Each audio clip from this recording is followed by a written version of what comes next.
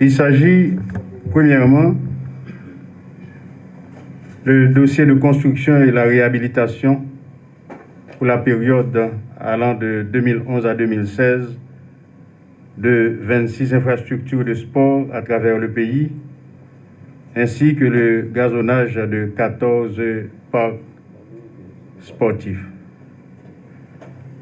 Deuxièmement, c'est le rapport soumis par l'IGF, l'UCREF et l'ULCC sur l'importation des produits pétroliers. Tout comme l'a dit le directeur de communication, il y a eu beaucoup de questionnements à ce sujet, mais étant donné que je n'avais pas encore pris connaissance du rapport, je m'étais gardé de répondre à quelle que soit la question. Pour le point 1, s'agissant du rapport de l'UCREF, de l'IGF et du LCC sur les pertes enregistrées par l'État dans l'acquisition des produits pétroliers, le 22 janvier 2020, à la demande du président de la République, son Excellence Jovenel Moïse, une commission tripartite composée de l'IGF, de l'UCREF et de l'ULCC a été chargée de dresser un rapport devant confirmer les présomptions de bénéfices indus réalisées par les compagnies pétrolières au cours de la dernière décennie. Le 14 août dernier, les commissaires m'ont remis par devant vous, la presse, le rapport commandité par l'exécutif. Ce rapport nous a été acheminé moins de 2 mois après. Il est formel et sans appel. Entre mars 2019 et mai 2020, période correspondant à la période de libération du marché des produits pétroliers, les compagnies pétrolières ont réalisé des bénéfices indus de l'ordre de 94 millions de dollars américains sur un total de plus de 7 millions de gallons de gasoline et de diesel. Ceci s'explique non seulement par le différentiel entre les indices plates utilisés comme référence à l'achat par les compagnies pétrolières et l'indice Caribbean Posting utilisé par ces dernières pour facturer l'État haïtien, mais surtout par l'opacité des premiums proposés par les compagnies. En effet, les composantes du premium n'étaient pas identifiées. Une compagnie pétrolière a toute la latitude nécessaire pour faire grossir ses profits. En se basant sur les données du BMPAD entre mars 2019 et mai 2020, sur une moyenne de 1 million de barils par mois, les premiums sont passés de 0,12$ avant la libéralisation à 0,22$ pendant la période de libéralisation. Mars 2010, mars 2019, cette période où l'État assurait l'importation des produits pétroliers, du moins des produits pétroliers à travers le BMPAD, mars 2019, mai 2020, est la période de la libéralisation du marché pétrolier haïtien à la demande des compagnies pétrolières. Ceci dit, les gains des compagnies pétrolières sont passés de 39 millions de dollars avant la libéralisation à 71 millions de dollars pendant la libéralisation, soit une augmentation de 82%. Pendant que les compagnies pétrolières prospéraient sans se soucier du bien-être collectif, l'État, quant à lui, continuait à accumuler les manques à gagner. Sur les 10 dernières années, le manque à gagner de l'État culmine à plus de 113 milliards de gourdes. Nous avons dit sorti bail imbécile qui pas prend. L'État est toujours là. Nèg yo c'est business y a fait. Yo pas ta le fourrer main dans poche personne, dans poche l'État. L'État est absent, le fait main gel. Yo dormi sous l'État. M'a profité voyons un gros coup de chapeau pour le président Jovenel Moïse. Malgré toute sillade, toute zoclo la prend, qui choisit ouvert comme l'État pour freiner l'hémorragie. Cependant, il importe de souligner que le maximum local sur la période, soit plus de 39 milliards de gouttes, a été atteint au cours de la période de libéralisation entre mars 2019 et mai 2020. Ces 39 milliards de gouttes représentent en moyenne 46 fois les dépenses en agriculture. Nous comprenons pour qui l'agriculture ne représente rien encore dans le pays et que nous avons commandé même cocoyer en République dominicaine pour 17 millions de dollars. 5 fois les dépenses en éducation. Professeurs n'ont pas qu'à toucher. Ils n'ont pas qu'à avoir augmentation, ils n'ont pas qu'à nommer. C'est parce que l'argent payé, l'a dépensé, l'a gaspillé, l'a grossi poche. En pile monde, que c'est monde qui sont dans le secteur privé, que c'est monde tout dans le secteur public. Parce que nous sommes d'accord que dans le secteur public, là, il y a un bon sobriquet qui est là pour assurer pérennisation, richesse que en pile monde a fait. Et 13 fois les dépenses en santé. Matin, je m'ai réfléchi sur des discussions que je avec des bailleurs de fonds, des partenaires, qui disent que je t'ai aidé à faire l'hôpital, mais sans pas même parler avec le président de la République, là, je choisis Gantier pour me faire. Et sans pas parler avec le président tout, si je tape à l'hôpital non, je tape le non petit bébé que bandit a tué l'autre jour. Parce que nous tellement gaspillé l'argent que nous ne pas posséder. La population n'a pas besoin de service. Maman petit bébé a été obligé de traverser Jimani pour aller mener le docteur. Dame qui est morte à son voisine qui a habitué à mener un petit lit. Je ne peux pas jamais guérir de ça. Devant cette situation, l'État ne peut rester impassible. Les distorsions du marché doivent et vont être corrigées sous le leadership du président de la République. C'est en ce sens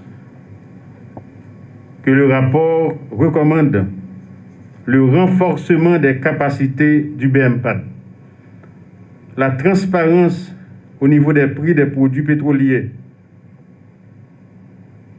Les prix des produits pétroliers à l'importation doivent être connus de tous.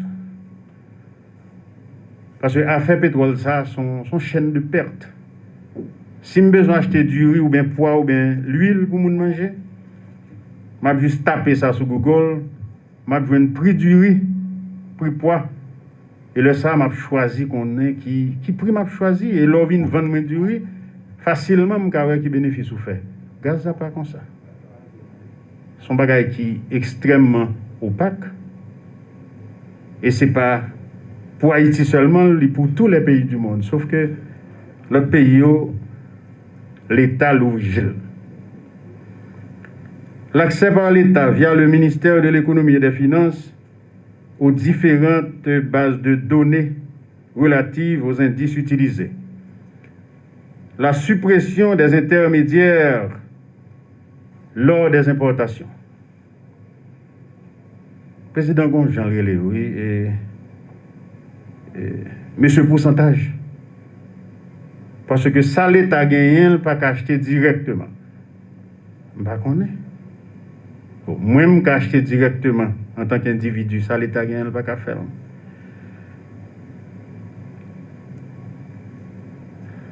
Les commissaires recommandent aussi la reprise totale par l'État haïtien du contrôle de l'importation des produits pétroliers, incluant le propane.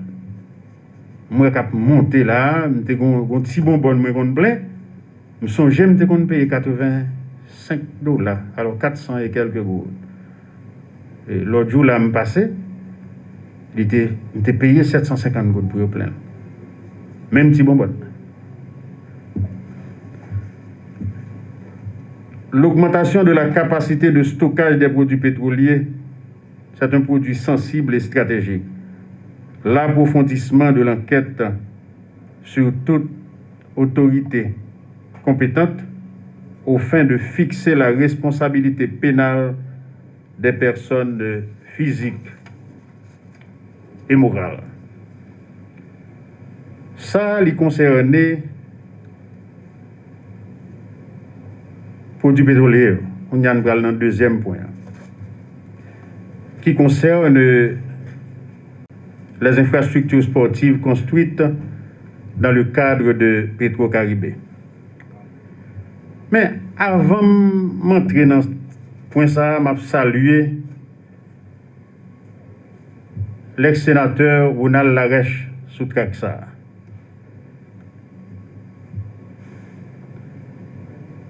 C'est pas voler, non, voler l'argent Petro-Caribé lui-même. Mais c'est un sénateur qui t'a accompagné, l'homme de dans BMPAD, pour te faire mettre main sur yon dans vrai volet l'argent Petro-Caribé. Il aide à faire enquête là. Il soutient mal devant le Sénat. Parce que je travaille dans BMPAD, je fais un petit coup. Mais l'homme fin kembe, monsieur bien kembe, parce que l'autre jour, il faut un petit. Parce que mal tout le temps sur les réseaux sociaux, il faut un volet. Il y a nos âmes dans le pied, la police joue des âmes dans le pied, nous tout est well. Et puis, monsieur dit, par contre, kembe volet dans le pied. Et non, mais aucun volet. Zamnan c'est dans le pied l'idée. Il n'y a pas joué dans le ça veut dire qu'il n'est pas responsable. Alors, c'est pour dire que dans quel état que un monde audacieux dans la vie et malheureusement nous chita n'a pas tété n'a caressé mais voler c'est voler. Moi-même moi était kembe ça dans main. Malheureusement pour moi, monsieur courir mourir sans ne pas répondre sur l'argent Petro-Caribé. Sans ne pas répondre. Je n'ai pour me citer non, je ne pas citer non parce que je ne veux pas détourner dans la route, le mettre à net pour ne pas jamais tourner encore dans le pays d'Haïti. Nous voulons pour l'histoire et la vérité apporter des éclaircissements sur les questions des infrastructures sportives en fournissant à la nation des données précises sur les différents décaissements et dépenses effectués ainsi que les niveaux d'achèvement de ces projets. Il y a eu un premier contrat d'aménagement phase 1 signé le 12 mai 2011 entre le MPCE et la firme Secosa pour la réalisation de 10 centres sportifs dans les communes de Saint-Louis du Sud, Toumonde, Gressier, Jérémy, Caille-Jacmel, Milo, Verrette, Saint-Louis du Nord, Marchand des Salines et Montorganisé pour un montant de 4 450 000 $ américains. Des raisons diverses liées à des imprévus survenus au moment de la réalisation des travaux ont justifié la nécessité de procéder le 21 octobre 2011 à un avenant entre le MPCE et la firme Secosa pour un montant de 845 239,50 $. Le montant du contrat plus l'avenant totalise 5 295 239,50 $ pour la phase 1. Un deuxième contrat a été signé à la date du 6 septembre 2011 pour l'aménagement de 9 centres sportifs et 10 petits centres dans la région métropolitaine de Port-au-Prince. Le montant de ce contrat s'élève à 10 150 023,31 $. En raison du passage de l'ouragan Sandy, le MPCE que je représente aujourd'hui s'est vu contraint de faire un avenant de 3 044 016,67 $ à ce contrat d'un montant de 13 194 039,98 $ américains afin de faciliter la poursuite des activités et la réalisation des travaux. Il est important de rappeler que les dégâts provoqués par l'ouragan étaient considérables. Pour améliorer les conditions d'utilisation des infrastructures sportives selon les constats, le ministère de la Planification a jugé bon de passer un troisième contrat avec Secosa pour doter 14 parcs sportifs de gazon synthétique. Ce contrat de montant de 387 145 603,60 €, équivalent à l'époque à 6 913 314,35 $, a été exécuté à partir du 5 juin 2015. Deux autres contrats ont été signés en vue d'améliorer les infrastructures sportives de Carrefour et celles de Pignon. Le budget pour les centres sportifs de Carrefour était de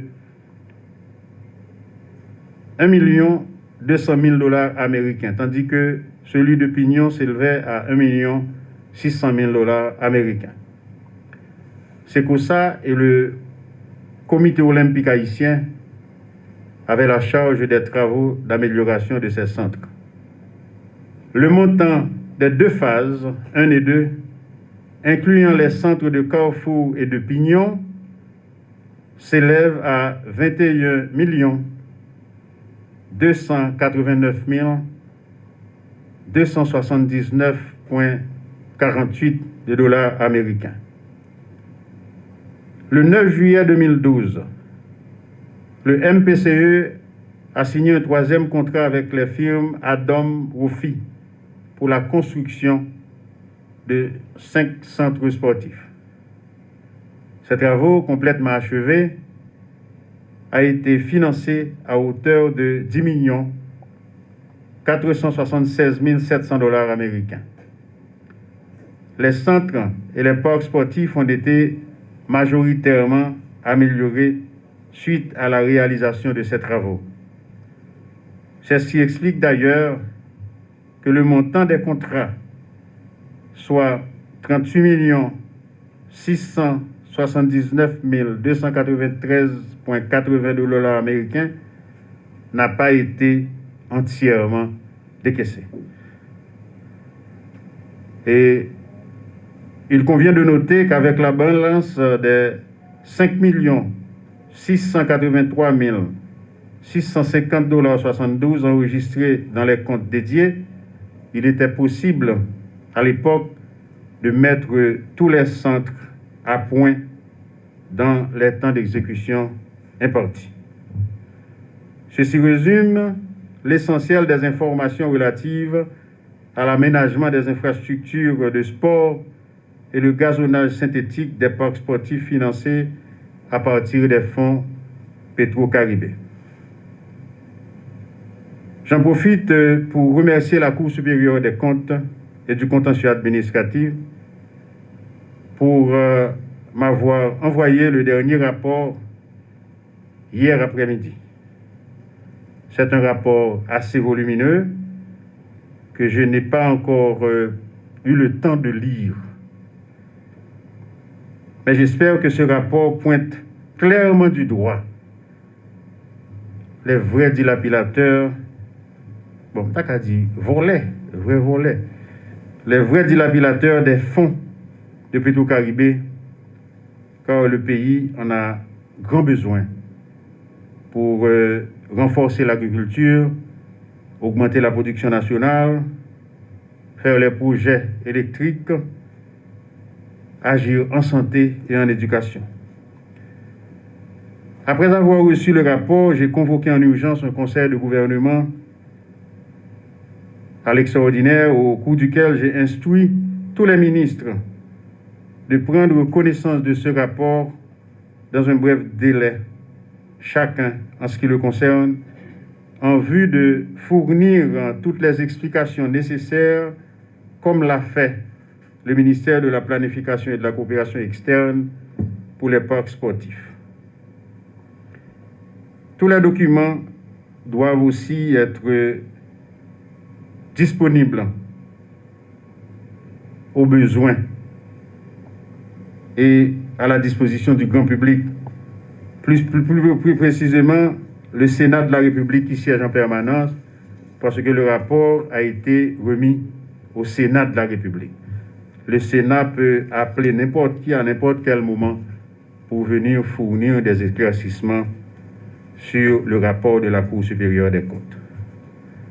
Je terminerai mes propos en remerciant la police nationale pour tous les efforts mis en œuvre dans le cadre de l'opération Terminator qui commence à porter fruit. Et tout le monde unanime a ouais que la police a travaillé. Je vous un gros coup de chapeau à tout policier, toute policière pour travailler à faire. Il y a un bandit Gambacode, il y a un qui a le bois chat. Merci, bon Dieu. Moi-même, bon côté, je travaille pour m'améliorer les conditions de travail policières. Nous demandons des populations pour ne pas s'y tirer bandit, bon côté. Au contraire, il faut nous longer droit sous eux. Voyez des photos à la police. Cacher, faire photo, voyez à la police. Pas si tirer bandit dans l'environnement. Parce que petit nous tout, à tourner bandit parce que dans la vie, sans fréquenter, c'est lui où il est.